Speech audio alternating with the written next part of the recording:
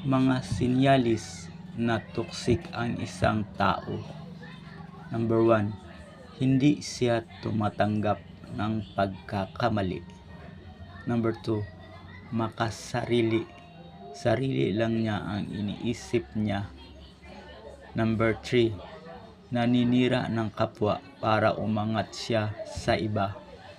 Number 4, sinungaling na tao. Lahat ng kwento niya sa iyo ay puro kasinungalingan, kaya hindi mapagkatiwalaan.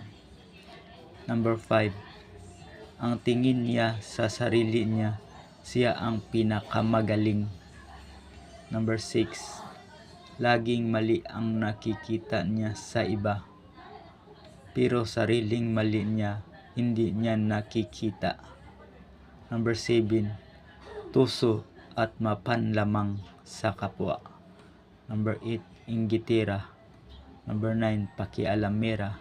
Number 10, chismosa.